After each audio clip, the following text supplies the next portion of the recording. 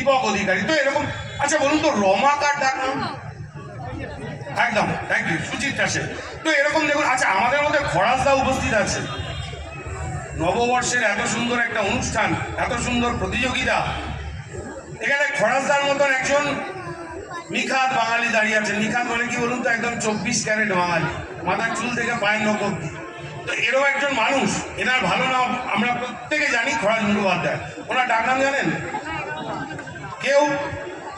কোনোভাবে হবে না, ওটা পরে, ওটা কৈশোরে নাম হয়েছে।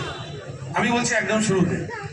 তো আসুন আজকে এই মঞ্চ থেকে খরাজদার ডাক নামটা জেনে নি। দাদা তোমার ডাক নামটা? শিল্পীদের কখনো কোনো পার্মানেন্ট ডাকনাম হয় না তো।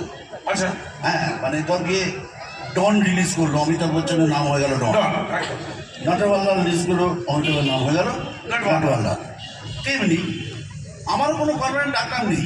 আচ্ছা, এখন আমাদের থেকে থেকে লোকে বগলা মামা করছে। এবার আমি বলছি শোন, আমার বাবার দেওয়া একটা ডাকনাম এককালে ছিল। ডাক নাম ছিল, হয় ডাক নাম তো জন্মের পর দেওয়া হয়, এবং সেটা আমি তো থাকি। হ্যাঁ, তাই থাকে, সেটাই তো থাকার কথা। হ্যাঁ। কিন্তু ওই যে বললাম তো, একটা বাণিজ্যিক ছবি মুক্তি পেল, ব্যাস আমার ডাকনাম পাল্টে হয়ে গেল মদনা। এখন সবাই আমাকে ওই নামেই ডাকে।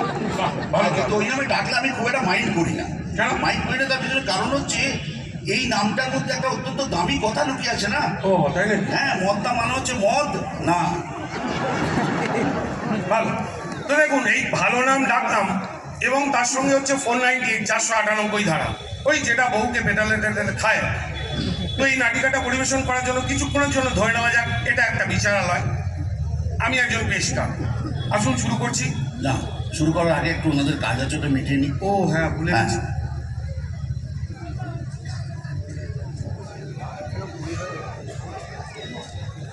বিপ্লব বাবু, তাই তো